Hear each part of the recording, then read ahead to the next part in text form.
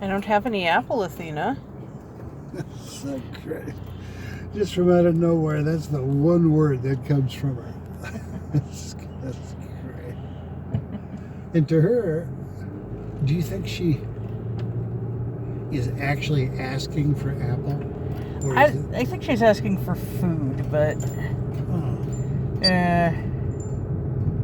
Oh, Sonic, you have a little itch.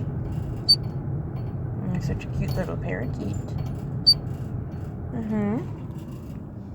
Hello there, Athena. Hello. Hi. Such a beautiful bird. She's actually, I've got 3 apples in the trunk.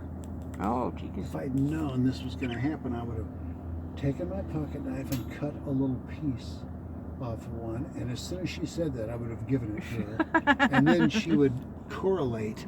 Oh, that's what that means. Oh, yeah, I try. But you know how it is. You don't always have apple. Right. Or sometimes she asks for it when she already has some. Cutie baby.